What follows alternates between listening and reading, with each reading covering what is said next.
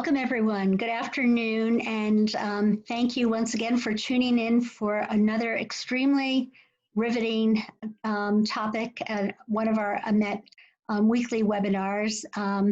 This one is really critically important, and it gets to the heart of what has been perplexing many of us in the West for many, many years now, certainly since 2001. And this webinar is about whether Islam has changed, or have we here in the West changed, and what the real nature of Islamism or radical Islam is, and what the real nature of the threat is. We are really privileged today to have a very esteemed author and scholar of Islam here to answer these questions. I have to say his most recent book, which I will unabashedly plug, Sword and Scimitar, is riveting, especially if you're into military history. And Raymond Ibrahim, our scholar today, he speaks Arabic, and he's gone into detail about the military wars that the radical Muslim has embarked upon for so many years. Raymond Ibrahim has written, this is, I think, his third book, very, very carefully executed. His writings and translations and observations, analyses have been in the New York Times, CNN, the Los Angeles Times, Fox News, Financial Times, Jerusalem Post, UPI, USA Today, Washington Post. I think it's easier to read that list of publications where he has not been involved in, because he is so widely published and so widely sought after. If I were to read his entire bio, it would just take up the entire length of the hour-long discussion that we have set aside. So let me just begin by asking Raymond, has Islam evolved, or have the Islamists rather evolved? And is it the West that has changed in terms of a response to radical Islam?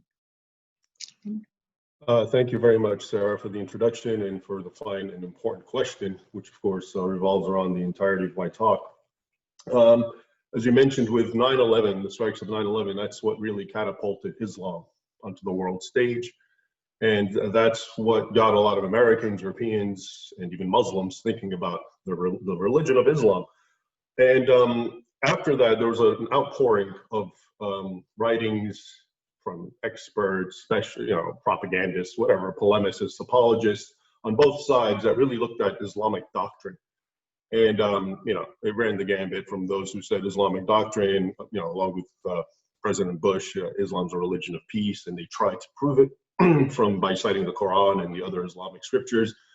Whereas others, including myself, found that the Islamic scriptures in the Quran had a very militant quality that was, to put it colloquially, anti-infidel, or to use the Arabic word kafir, which is often translated as infidel, inherently. But what I've always found much more interesting and even more telling is history, because doctrines, no matter what position you take, so many people will dismiss it as, okay, these are the words of ancient scriptures. You can interpret them any way you want. Jews look at their scriptures and say the same thing, so Christians and so forth. So that argument has, while I believe it has merit, has often been sidelined this way. But when it comes to history, you now have actual factual data for what Muslims have done in and to non-Muslim nations, in the context of our talk, the West in general. So I found that much more interesting. And when 9/11 happened, in fact, that's what I was involved in. In 2001, I was actually finishing my master's thesis, which was about the very first military confrontation between Islam and the West in the guise of what we now call the Byzantine Empire. So I've had a great interest in this, and at the time, and then later on, I was working at the Library of Congress in the African and Middle Eastern Division, with Arabic texts and other languages and so forth. So I've been very much immersed in the historical aspect, and I found that much more interesting and much more demonstrative of the questions that you were asking at the start. So let's just, and as you mentioned with my book, Sword and Scimitar, that's precisely what I did. It really covers 8 key battles in 8 chapters, but the bulk of the book really gives you the context of the essentially very hostile and militant interaction between Islam and Europe at the time. So, but just to give you a very short, brief summary, obviously for the time, we can start off, it really all starts off with Muhammad. And soon after he dies, the traditional dates I'm giving, of course, would be 632 when he dies. And then by 634, you have a caliphate, the first caliphate, and it's actually under, this time, Abu Bakr, the first caliph, and all the Arabs, now Muslims, spread out and invade and attack the Byzantine Empire. Okay, now it's important to remember that at this time, and this is why I'm going to be, this talk I'm going to give, and it's going to reach the modern era. We're going to talk about Christian persecution in Muslim nations, for example, which is a very large and really suppressed topic. But it's important to remember that at this time, in the 7th century, that whole area was primarily Christian, and at least it was under the Christian Empire. It was the Eastern Roman Empire, but we call it Byzantine, which is really a neologism. So, for example, Egypt, which today has about 10%, they say Christians, was vastly majority, what we call Copts today, and that's just a word that means Egyptian. It comes from the same root, Egypt, Gipt, Copt. And you also had a large Jewish community in Alexandria primarily. But if you look at the totality of that area, when we think of the ancient Christian world, we tend to think of Europe. Really, it was mostly in what we call MENA, Middle East, North Africa. So Syria, Greater Syria, all of Egypt, Morocco, all the way to Morocco, and of course, modern day Turkey, Anatolia. That was really the heart of the Christian world. And if you think historically, there were 5 what they call seas, major seas, and only one was in the west, which was Rome. The other major metropolitans of Christianity were Alexandria, Antioch, Jerusalem, Constantinople. And all of those actually got absorbed and conquered by Islam. And so that, I think, is very, and I have to underscore this because so many people, when I talk about modern day persecution of Christians, I'm often told by people, they say, well, we feel bad for them, but why do these Christian minorities go and live amongst Muslims? Of course, this just completely, it just shows the ignorance that they don't realize that area actually was vastly Christian before Islam invaded, conquered. And so you have the armies come out, the caliphate armies, and long story short, so the wars begin, let's say in 636, you have a major battle in Syria, Muslims win, they win other battles, they win in Egypt. So by less than 100 years, actually 100 years precisely from the year that Muhammad died, 632, 732, you now have Islam spread all throughout North Africa, okay, into Spain, conquered Spain, and is now actually halfway through into France. And that's when you get the famous Battle of Tours in 732. Charles Martel, the Frankish chieftain, essentially beats them, but then the Muslims actually stay there much, much longer. And I spent some time talking about that in the book. And the Mediterranean is awash with jihadi raids and so forth. And this continues, and there's different iterations and manifestations, which I find interesting. So first you have the Arab one, jihad. And by the way, this is how it's presented in Arabic histories. It's not that we here in the West like to keep calling it jihad, but somehow in the Islamic historiography, they just see it as wars. No, they call it jihad. It's holy war. It's obligatory. Muslims are supposed to do it as part of their religion to spread Islam by the tip of the sword. Non-Muslims have free choices, converts, or if you're what's called the person of the book, which is often just defined as Jews or Christians, then you can live as what's called a dhimmi, which is not an enviable position, certainly not by modern standards. And you pay tribute, and you're essentially a second-class citizen, or it's a sword.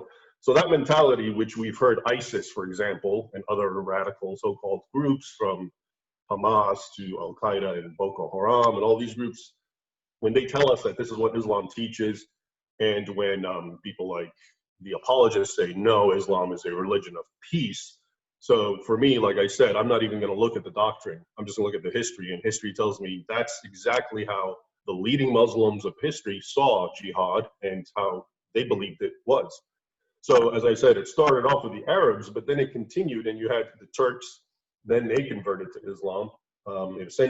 Originally as slaves. They were slave soldiers in the primarily the Abbasid Caliphate. But then they became the heads, essentially, and sultans, that's where you get the word, which means power wielder. And then they really spearheaded the jihad in a way that was even more fierce than their Arab predecessors, especially into Europe. So as I said, in one century, you had all of the Middle East and North Africa and into Spain conquered. Then from the east, the Turks came, and they went into Asia Minor, ransacked it. If you look at the primary sources, it's just mind-boggling, especially what they did, for example, to Armenia. So we hear about the Armenian genocide, which really starts in the late 1800s and into the early 1900s. But if you look 1,000 years earlier, starting in the year 1019, what was happening what the Turks were doing to the Armenians could itself be called a genocide, because in just one city, Ani, which was one of their capitals, over 1,000 churches were torched, and hundreds of thousands of Armenians and other Asia Minor Christians, Greeks, and so forth, slaughtered and or enslaved, okay? And again, this comes off and is presented by the Muslim historians as a jihad. There's no grievance. They're not entering Asia Minor because of some territorial dispute or anything like that. It's just obligatory.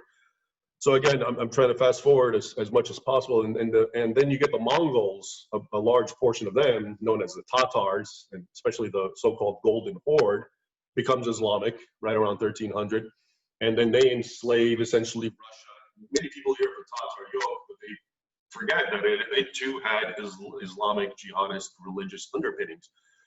So that whole panoply of taking jizya and restrictions on worship, Christian worship, and so forth for Russians was also evidenced there. So this keeps going on and on and on until really 1683, when you get the largest Muslim army ever, an Ottoman, Turkish again, about 200,000 to 300,000 people, something like 200,000 jihadists, Janissaries, and so forth, march all the way on to Vienna, and of course they besiege it, and you have the famous battle, of course, and the Polish king Sobieski comes to the rescue, and it ends up as a victory for the Europeans. Okay, so that's what Islam was doing for 1,000 years. Okay, so from 634, as I said, to 1683, this battle, and you see what was going on. And again, I have to underscore that when you look at the sources, not just the Western ones, of course, mentioned it, but when you look at the Islamic sources, it's just unabashed. It's what someone like an ISIS member would be telling you Islam's all about. And we, of course, would say, no, this is a radical, this is a person hijacking his religion. But then you find, including in the quotes I put in the book and so forth, that the caliphs, the sultans, the emirs, the leading ulama or scholars of Islam, all of these people, those of history for that 1,000-year period, were speaking just like ISIS. In fact, ISIS is a minuscule version, because this was just, as we know, a small group of, at least how they're presented, terrorists, and they took over a chunk of land in Syria and Iraq and elsewhere, and just lasted a few years, and then it was gone. But here we're talking about 1,000 years of the grand caliphates and sultanates mobilizing their entire empires under the same logic and under the same rhetoric. So that's really an encapsulation of that very first 1,000 year of what was going on. I'll give you a quick quote from one of my favorite historians, Bernard Lewis, the late Bernard Lewis, that I think very much summarizes what I just said. And here's to quote, "We tend nowadays to forget that for approximately 1,000 years, from the advent of Islam in the 7th century until the Second Siege of Vienna in 1683, Christian Europe was under constant threat from Islam, the double threat of conquest and conversion. Most of the new Muslim domains were wrested from Christendom. Syria, Palestine, Egypt, and North Africa were all Christian countries, no less, indeed rather more, than Spain and Sicily. All this left a deep sense of loss and a deep fear." So I find that fascinating, how this 1,000 years are completely missing from all discussions about Islam, its relationship to the West. It's unfortunate, but most of the apologists, including professors, academics, analysts, and so forth, if they do talk about history, it always starts with the colonial era, which if I have time, I'll discuss, because I think it's another important piece of the puzzle that we misunderstand. But the colonial era, the reason they do that is because this really starts around, let's say, 1800, and now you have the Europe the West is the strong force and Islam is very weak. And so that's the paradigm that we've been really using all this time, which is a superior military, economic West somehow abusing, taking advantage of a weak Islam. But as we see, if you look at the totality of history, it's been the exact opposite. It was a much stronger unified Islamic front attacking and chipping away and invading at the West. So I think this is very important. And to just give you some quick numbers that, we often hear again about slavery, which I think, of course, it's important to understand and appreciate the role of slavery historically, but it's always one-sided. It's kind of like when we talk about Israel and the Palestinians, it's always one-sided. You hear one side and their role that's presented negatively, but you don't hear the rest of it. So how many people, for example, know something like 14 million Europeans, Christians throughout history were actually enslaved in the name of jihad and treated often in ways that are horrific. And again, I have several quotes in the book for whoever's interested from primary sources. And we don't hear that, but I think it's important. Muslims actually went as far as Iceland in the 1500s and brought back hundreds of slaves to North Africa, in Russia and in the Slavic nations. In fact, there's a theory that the word Slav is etymologically rooted to slavery, because to be a Slav was to be a slave of the Tatars or the Turks, and especially in the Crimean slave market and so forth. So you have millions and millions of people. Now, as you saw, I basically gave as a marker, as did Bernard Lewis, 1683 as a date, as when this really subsides, but that's not the case. How many people realize that the United States of America, its actual very first war as a nation after it got independence, was with Islam and against those who were, again, invoking and relying on jihadist logic. Basically the Barbary pirates, as we call them, which is North Africa today. And they were attacking American vessels and enslaving the sailors and plundering them and treating them atrociously. And then Thomas Jefferson and John Adams met with the ambassador from Barbary, and they basically talked to him and said, why are you doing this? We don't see you as an enemy. We're happy to be friends. We didn't do anything to you, and so forth. And it's very nice because we have Thomas Jefferson's response to Congress of how the Barbary ambassador responded. So Thomas Jefferson writes in a letter from 1786, he writes the following: "The ambassador answered us that it was founded on the laws of their prophet, that it was written in their Quran that all nations who should not have acknowledged their authority were sinners, that it was their Muslim right and duty to make war upon them wherever they could be found, and to make slaves of all they could take as prisoners, and that every Muslim who should be slain in battle was free in paradise." And here again, we have a perfect encapsulation of the ISIS worldview that we're told begins and somehow is supposed to end with these temporal modern day terrorist groups who are supposed to be aberrations and have nothing to do with the continuity of Islam. And here you see Thomas Jefferson in America's first war was dealing with the same thing.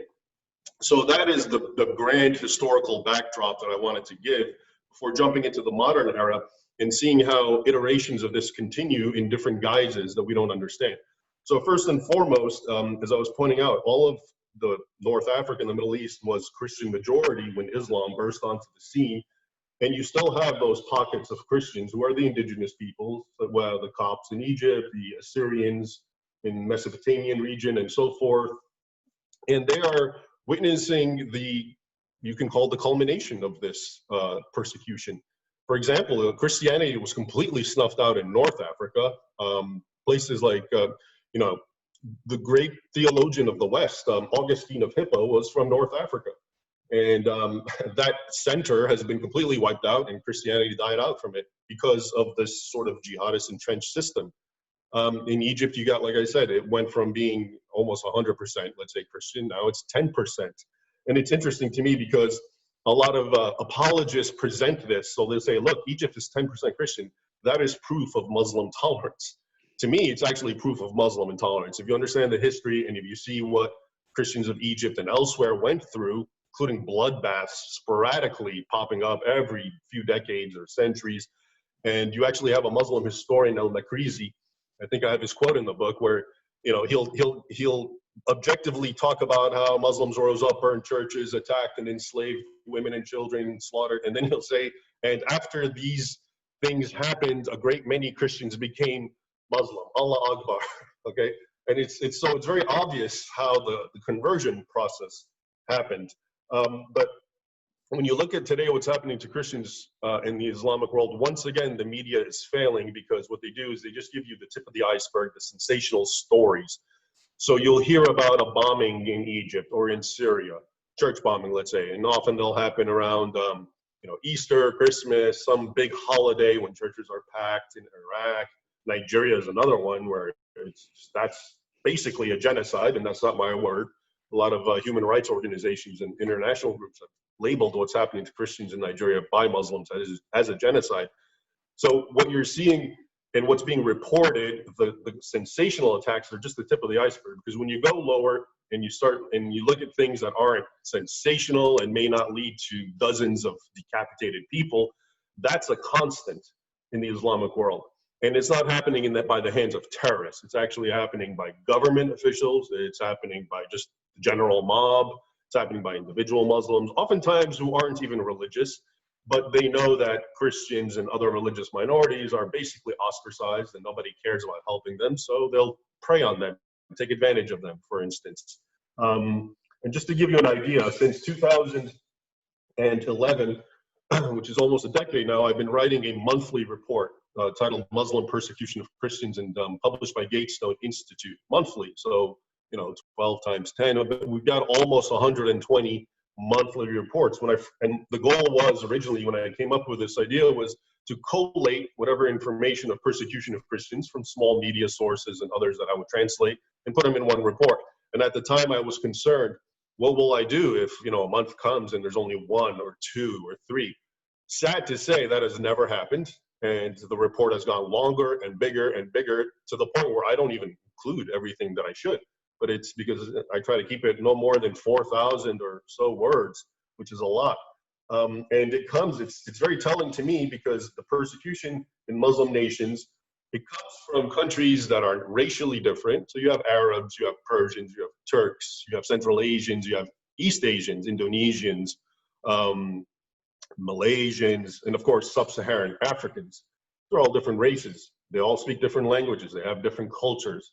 They have, different, everything you can think about, and yet you find the same exact patterns of persecution of the small Christian minorities that live among them. And I think, to me, that's very telling. What commonality do these diverse groups have, other than, of course, the religion that binds them together, and which they themselves cite, just like they did historically, as being the reason that they, in our words, persecute minorities, but in their words, putting infidels in their place, as it's understood.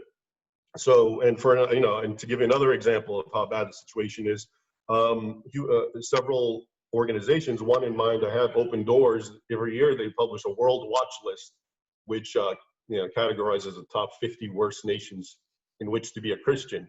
And habitually, something like 80% of them, or 40 out of 50, are Muslim majority or have a Muslim population, and they are all at war, suppressing, whether it's an all-out war in Nigeria, because the Christian population is almost half, or whether they're just completely, have no rights whatsoever and have been eliminated, let's say in Afghanistan, for example, or in Somalia. So again, it's interesting to see all these different countries. What is Somalia and Africa and Afghanistan and Turkey and Morocco, and they don't have much in common other than Islam.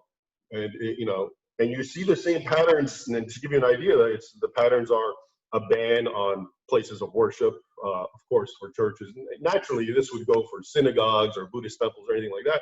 The reason I'm focusing it on, and it happens to Christians more, is again for historical reasons. That's where they are, the remnants. Bans on anyone who speaks against Islam, blasphemy that we often hear about. So it's important to keep in mind, blasphemy isn't. We understand blasphemy in the West against Islam as when someone comes and openly mocks, let's say, Muhammad. It really means historically just criticizing or standing against or saying anything. I don't believe in Islam because I don't believe Muhammad's a prophet. That's blasphemy instantly. So just even speaking your mind rationally, logically, and explaining why you don't want to subscribe to this religion is instantly blasphemy. And that's how oftentimes, religious minorities in the Islamic world are suffering. Same thing, there's a ban on proselytizing, which simply means, I don't mean evangelizing out in the streets as you might see in the West, but just even speaking well about your religion to a Muslim could get you killed. And this again goes back, you know, we hear about, for example, the golden age of Cordoba in Spain, how wonderful it was. And that is often set up, when I give this historical argument, people will set that up and say, you know, well, here's a counter to what you're saying. Well, nothing could be further from the truth, because if you look at the golden age, and even historians who do this recognize that that was a very small time. It was maybe they got like 5 decades out of centuries of Islam in Spain.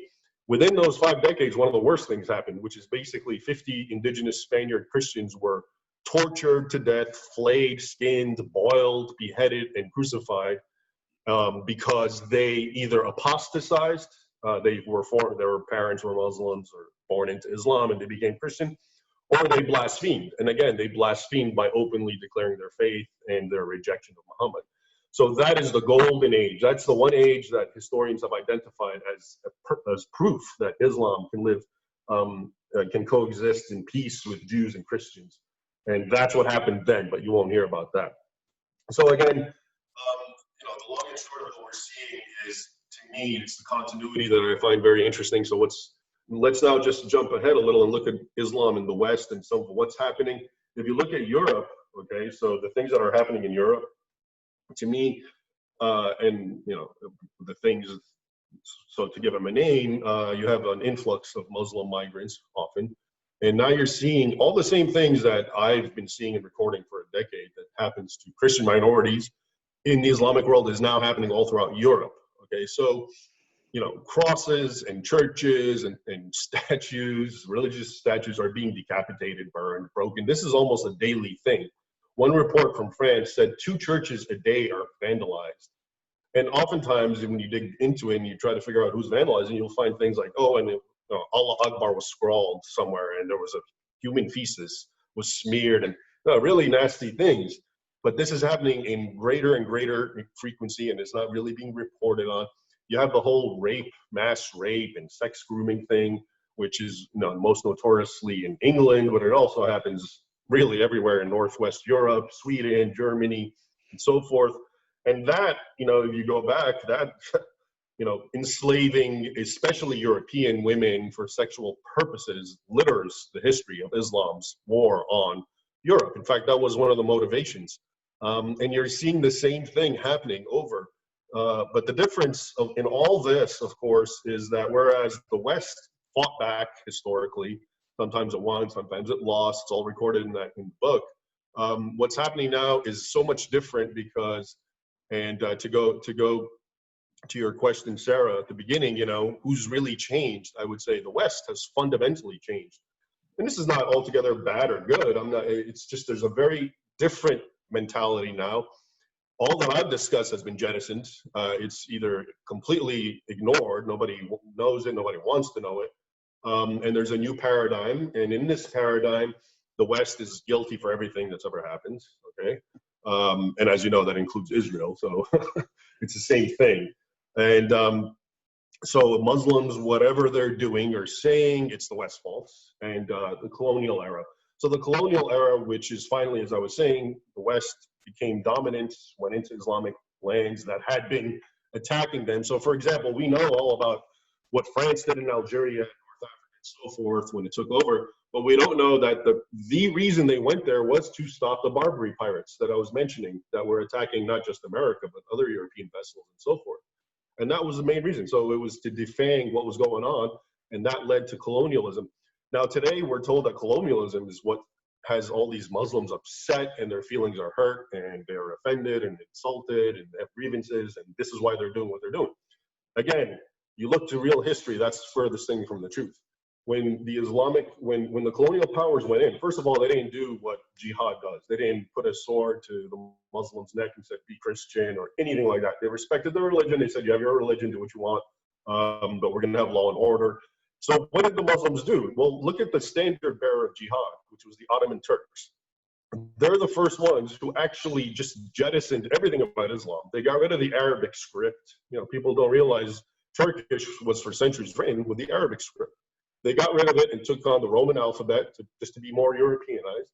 They got rid of the turbans, the Islamic wear, the beard. They dressed in suits. They became highly secularized, and that sort of thing happened all throughout the Islamic world. As late as 1950, and I've watched videos of Hosni Mubarak, Abdel Nasser, the president of Egypt, mocking the Muslim Brotherhood, who was still a young organization at the time, because they were saying women need to wear the hijab in public. And you can just hear all the Egyptians laughing in mockery and derision that they would even say that. And if you look at pictures of Egypt in the 1950s, 40s, 30s, everyone looks westernized. Men are in suits, there's no beards, and women are in dresses and high heels, no veils, nothing like that. So my point is that Muslims, they looked to the West as something to emulate. It wasn't that, oh, you've offended us. It was they felt that their past ways have failed, and well, they want to enjoy the fruits of modernity and so forth. So they were westernizing. And if anything, it was when the West actually turned on itself, let's give it a rough date, late 60s, 70s, and began praising Islam, is when you start finding Muslims saying, okay, hey, it's our ways, so great. So now the general idea from amongst many Muslims is we want to take their technology, we want to take the science and everything they've come up with actions, but we don't want any part to do with their culture, which is corrupt and defunct, and it's all. So we want to fuse it with the Islamic mentality of history, infuse it with the boons of the modern world. So that's really what the story of colonialism. But like I said, everything now is to show you how Muslims have a grievance. Muslims are upset, and that's why they're doing what they're doing. But it makes you wonder. So let's go to the Christian persecution. Okay, well, the Christians in these Muslim nations are the same race. They look the same. They're the same ethnicity. They speak the same language. They often have the same names. You cannot identify a Coptic Christian in Egypt from a Muslim. You can't do that in Syria or Iraq or Indonesia. And yet they're being attacked, killed, mauled, persecuted, and all in all suppressed. So what possible grievance can Muslims have against these already ostracized, marginalized minorities who are identical to them in every way except for religion? Okay, so for me, anyone to come and say that so-and-so group is doing what they're doing because they have a grievance against Israel, they have a grievance against the West, and because they spoke bad about Muhammad, all of that may exacerbate it, but it doesn't ever, it's not the cause, it's not the origin. The origin is inherent, and it's always been there from the very beginning. And I think people need to understand that. And I understand the ramifications of saying something like that. But, the alternative, which is essentially putting your head in the sand and trying to ignore it, won't do. I mean, it hasn't been doing ever since 9/11 and well before then. If you really stop and stand back and just look at, so 9/11 till today, think of the billions, if not more, dollars, trillions that have been spent on counterterrorism measures and all the other measures that have been taken. And where are we? I don't think we're much better at all. Yeah, ISIS, that group is gone, but it will be back under a different name, because that's what has always happened. I have no doubt about that. In fact, it's still alive. And now you have Al Qaeda actually trying to make a comeback. And so for me, I don't get caught up on these temporal names. To me, it's the same ideology, the same thing that's been working past till now. So whatever they're called, wherever they're located, however they define themselves, it's the same impetus from the beginning. So I'll leave you with a quick final quote, actually, which I liked and I came across recently from Teddy Roosevelt, president, who most people don't even know is actually a historian. And he encapsulates much of what I've just discussed. And he writes in his book, which is called Fear God and Take Your Part, published in 1969, the following quote: "Christianity is not the creed of Asia and Africa at this moment solely because the 7th century Christians of Africa and Asia did not fight, whereas the Muslims were trained to fight. Christianity was saved in Europe solely because the peoples of Europe fought. If the peoples of Europe in the 7th and 8th century and on up to and including the 17th century, so there's that 1,000 year again, had not possessed a military equality with and gradually a growing superiority over the Mohammedans who invaded Europe, Europe would at this moment be Mohammedan and the Christian religion would be completely exterminated. Wherever the Mohammedans have had complete sway, wherever the Christians have been unable to resist them by the sword, Christianity has ultimately disappeared. Christianity owes its safety in Europe to the fact that it was able to show that it could and would fight as well as the Mohammedan aggressor. I think that's a great quote, and it doesn't have to just be about Christianity. It's basically any non-Islamic religion and peoples who do not fight back and will lose their identity, and that is what history has shown. You know, and to close, if you look at the UN definitions and so forth of genocide, we often are familiar with the physical genocide, where you physically annihilate people, such as in the Holocaust. But there's other definitions which are essentially, I call it slow motion genocide, which is if you create a system that makes people just give up their identity and lose it, and they just become assimilated. And that's actually what Islamic, what's called the jizya laws and the dhimmis, and this is a complex topic, maybe for another time, but basically it's known as the stipulations or conditions of Omar, the second caliph. And these are all these rules that still continue, if not formally, informally. And they're the things that, you know, basically you have to pay money, you have to live subdued, you can't be proud of yourself, you have to give up your seat to a Muslim and so forth. And they are actually, along hand in hand with the violence, have seen century after century so many non-Muslims become Muslims. And that to me is actually what I call and others have called it, you know, the trickle, like a slow bleeding sort of thing. And that's why you've seen these, you know, like I said, in North Africa and other places that were almost 100% Christian, let's say Algeria and Morocco, now they're completely gone. And it didn't all happen because people were butchered. It happened because of the system that was put in place that just made people give up. Like the Muslim historian I quoted basically said after, you know, all these outbursts, they would convert. Allah Akbar. So I think it's very important to keep all of this in mind as we see what's happening today in the world. And when we talk about Islam, and again, for me, you know, I'll finish it by saying it's much more important for me to talk about Islam rather than Muslims, even though the two are interconnected, obviously. And the reason for that is, having said all that I've said, I don't believe that there's a Muslim gene that makes you violent. Okay, this is all a teaching. Just because you're named Muhammad doesn't mean you're going to believe or do this. Okay, but if you do, I do believe if you do try to follow your religion literally, and including the traditional mainstream exegeses of the Islamic corpus of scripture, this is what you end up with. And again, like I said, this isn't because of what is happening today so much as what has been happening always for literally close to for now 14 centuries.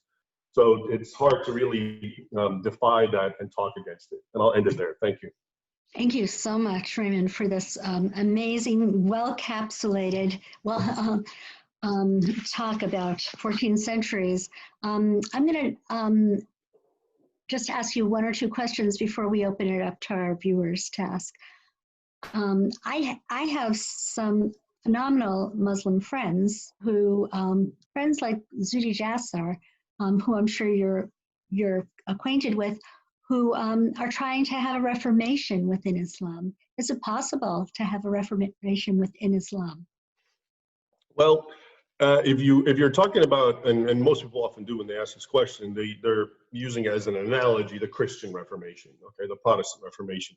So that actually has happened, and in my opinion is the reason for the radicalization, because you're really dealing with two separate paradigms, okay? Just because they're both religions doesn't mean the same approach will lead to the same results. So with the general gist of the Protestant Reformation is it was a breakaway from the hierarchy of the church and all the traditions and just a focus on the scripture, the Bible, okay, very literally too. Well, what we've been seeing, okay, so in Islam you have the ulama or the scholars, they have a strong say in Islamic teaching. They're one of the sources actually of Islamic jurisprudence in the context of what's called al-qiyas. Ijma, or basically consensus. So whatever the Muslim scholars, past and present, have a consensus, is essentially binding.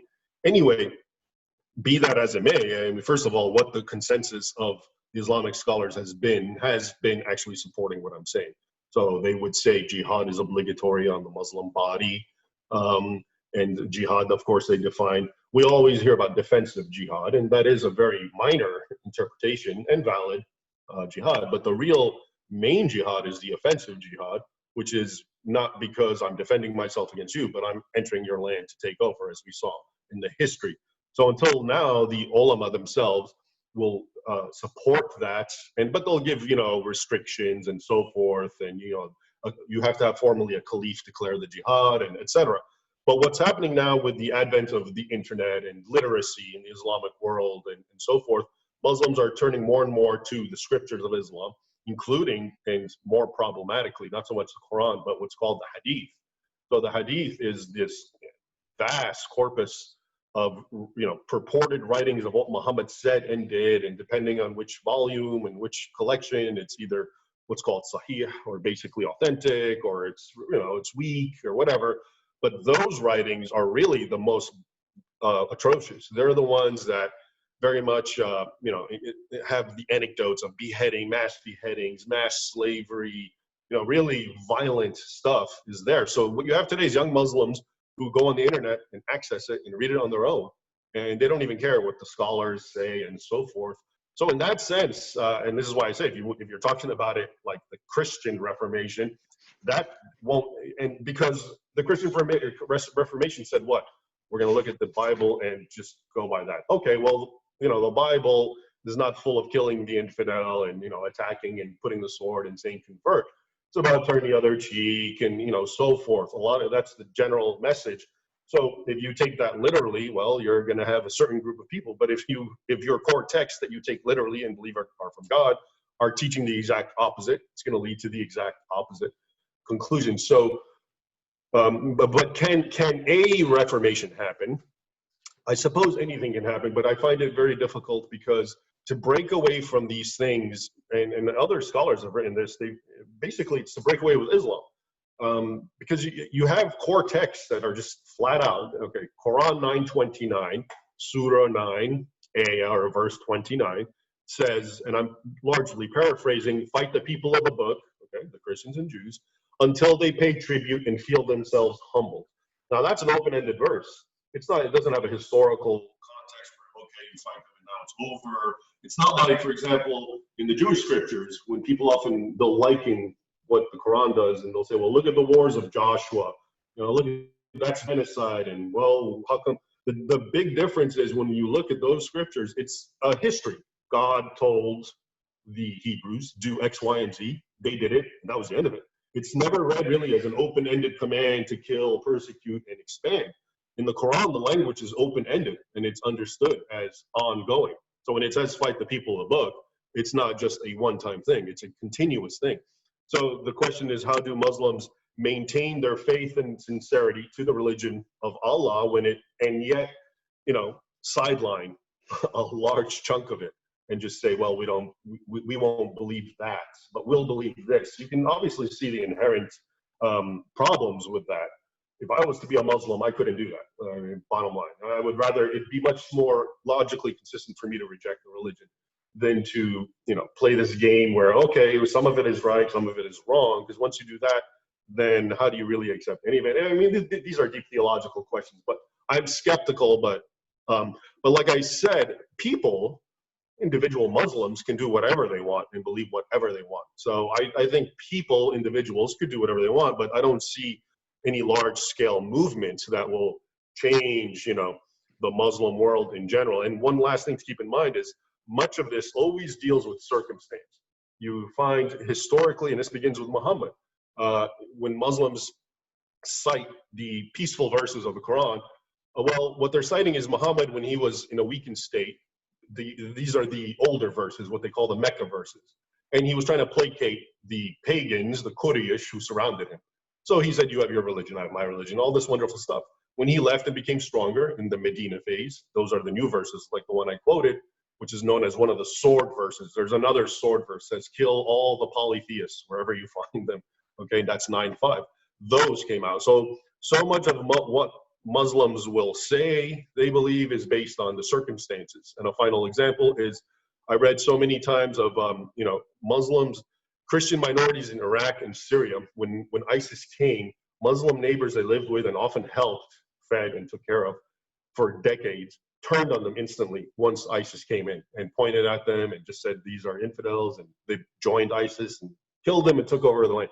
Numerous times this happened. So again, it just shows you that you have to be sensible and prudent and realize that circumstance plays a big role. if you have a Muslim who's surrounded by 1,000 infidels, I think it's very logical for him to say and be largely moderate. But once the circumstances change, as history has shown, oftentimes, that changes as well. That is really sobering, and it's not ancient history. This is going on today. Sarah Leigh, have any questions come in from the audience, and would you like to read them? Yes, we've gotten a lot of questions from the audience, and as usual, we won't be able to get through all of them, unfortunately, but thank you to everybody who did submit a question, and we'll get through as many as we can. And also thank you, Raymond, for all of your insights. We're happy to have you here. So the first question that I have, recently Egypt's Al-Azhar Grand Imam declared that the term people of the Dima, or people of the book, as you said, is no longer applicable. Do you see any chances of significant doctrinal change possible? Well, this is very much connected to what I was discussing about reformation and so forth. First of all, Al-Azhar and the Grand Imam, Sheikh Ahmed Al-Tayyib, I have some concerns about. On the one hand, and this is and I can do this because I understand Arabic. So I'll watch and read him talk with Pope Francis and make joint declarations, and he'll say wonderful things. Then I'll watch him or read him speaking in Arabic to Muslims, and he'll basically say the opposite. He'll come out strongly against the apostate, and I mean that is as radical as you can get when you say someone can't leave Islam under pain of whatever, including and up to death. He'll rant about blasphemers, which is freedom of speech, and so forth.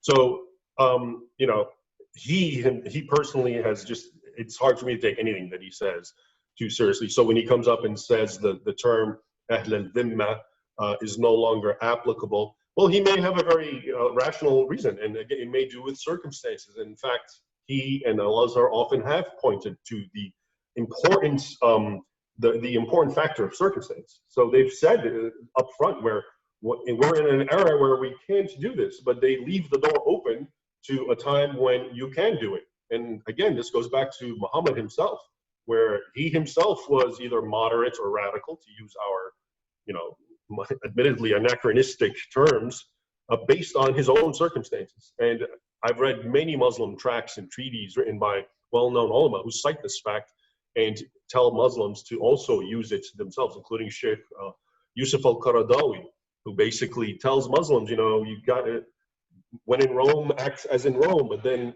he'll come up and say, and when you can act otherwise, do so. So this is, to me, this is why all these professions of reformation and moderation, I always see them through the lens of circumstance. And if Muslims are in a weakened state, and they are vis-a-vis the world in general at large, you can see why things like that would be said. But whether it's permanent or sincere remains to be seen. Thank you. We also got a question. Could you please repeat the name of your book for those who are interested? Sure. It's Sword and Scimitar, and the subtitle is 14 Centuries of War Between Islam and the West.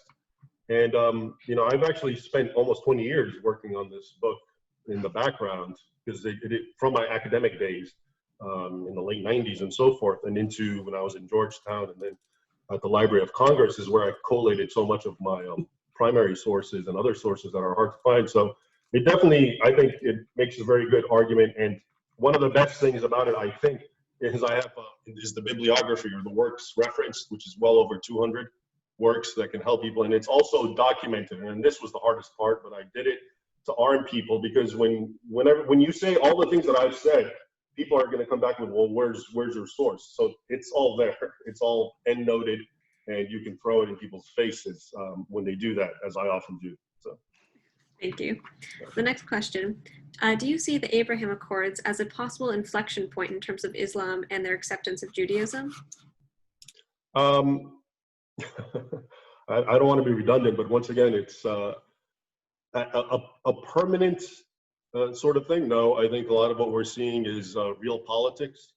Okay, and it's just getting by, doing what's necessary for, and not just so much for the nation, but for the ruling elites themselves, who are also the same people who will demonize Israel and Jews in their textbooks. I think Saudi Arabia recently has finally, after constantly demonizing Jews and others, has has refined that.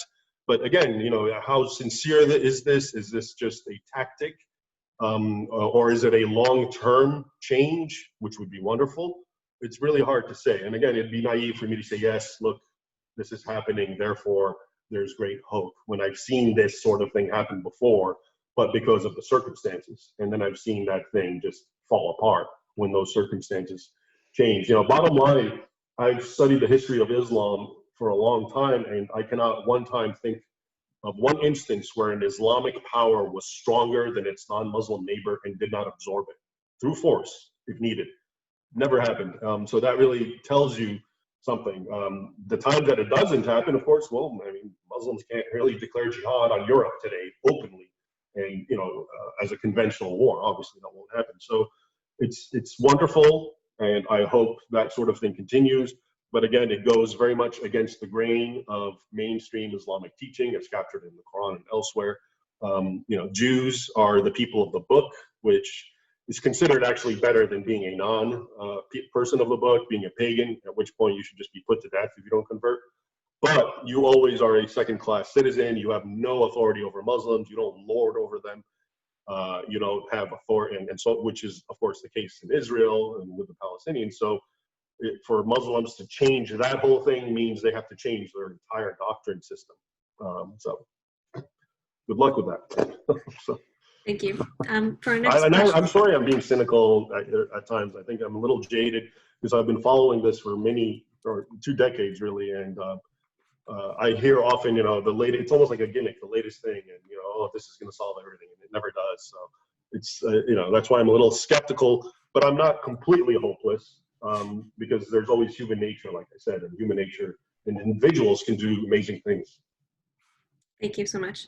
The next question we have: what is actually taught in American universities' Islamic and Middle Eastern studies courses, and how has the narrative of Islamic superiority to Judeo-Christian culture been able to take over even in American high schools? Yeah, that's a very important question. All that I've told you, you're not going to come across this in a history textbook. You're not going to, and it gets worse the more advanced the grades go. But once you're in an Ivy League school, I went to Georgetown. I was in the Center for Contemporary Arab Studies, and that's where it's all the opposite. So Islam is a religion of peace. It's wonderful. It's advanced.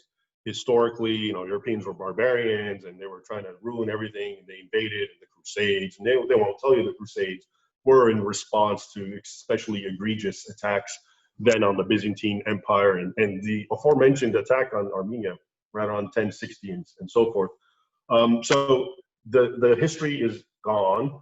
And instead is replaced a history where the West is the aggressor, whether it's, if you want to go in the medieval era, it's the Crusades. If you want to go more recent, it's the colonialism. And they'll give you the whole resentment from Muslims, and, Muslims now it's payback time, and the creation of Israel, that's the greatest sin.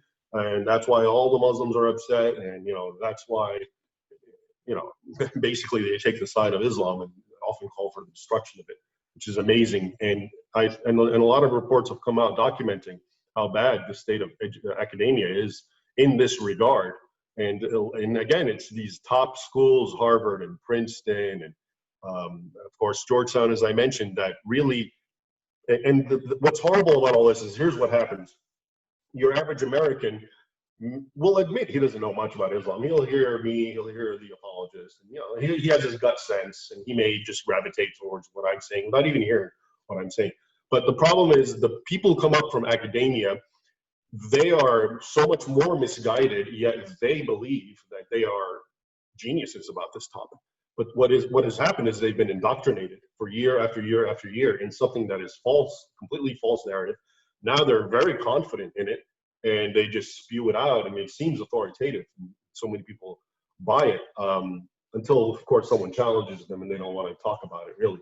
So the education issue is bad, whether it's in grade school, high school, but especially once you go into college. And, that's a general theme for so many of the other problems that are happening in this country. It all starts there, and it's hard to really expunge that once it's been put in your mind from either as a young child or as a professional academic who now has gotten his degree and his dissertation, and he's been regurgitating what he's been taught, and now he continues perpetuating it to another generation. So it's very bad. Thank you. And for our last question, are there any action items or takeaways for our viewers that you'd want to impart in terms of, is it just that people should be educating themselves, or are there any specific ways to move forward that you recommend?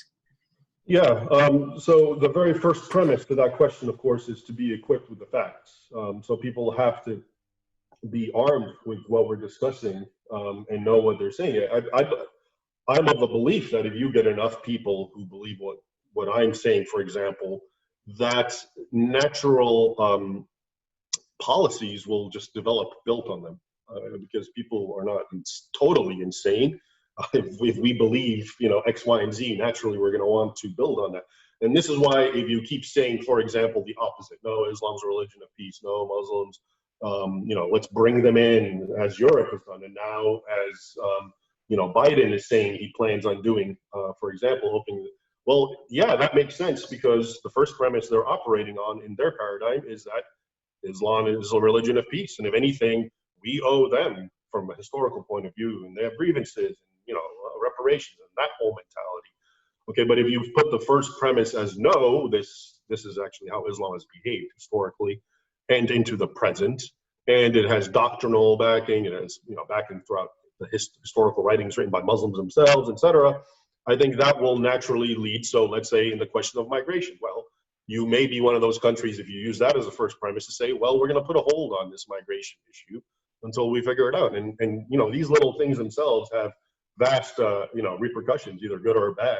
So I think we're so far from actually calling for any or implementing policies, certainly not subtle ones, because we don't even have the base yet, the intellectual base to build upon. So I would say the most important thing now is just getting the word out, so more and more people understand this, and then naturally, the policy things will start building on it. Thank you.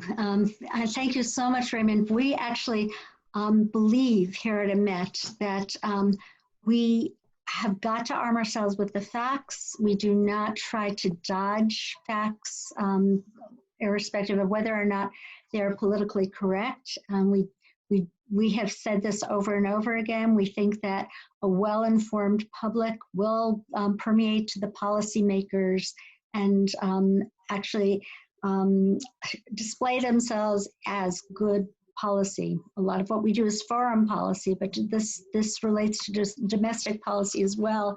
And I've done a tremendous amount of work on what's going on in the college campuses, going way back to the 90s. And we were able in 2008 to get some amendments to Title VI of the Higher Education Act, which I thought was wonderful at the time, saying that in order to get the grants from the US government, you needed to have a diversity of perspectives and a wide variety of viewpoints, which was about as assertive as we can get, because the academic community was waiting to scream, this is an assault on academic freedom, and they did as well, nonetheless. And it's been all but ignored by the academic community and by the Department of Education, except for one instance with a horrific display of anti-Semitism last fall at Duke University and University of North Carolina, which resulted in a letter,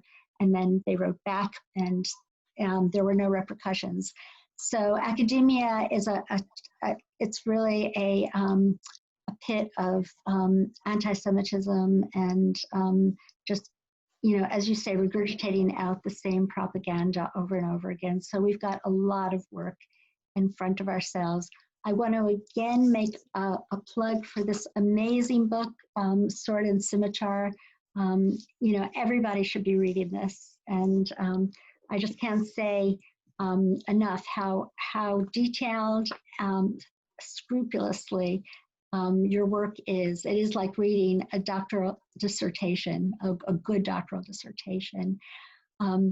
So thank you so much for everybody that's tuned in. I have to say that, you know, all of this costs us a great deal of money, and we would really appreciate your support if you were to go to emetonline.org. We speak the EMET, we speak the truth, and we're not afraid of any kind of issue or any kind of question, as you can see. And again, thank you so much, Raymond, for your years and years or decades of excellent scholarship. You know, Thank you very much, Sarah. keep on writing. Thank you. Thank you. Take care.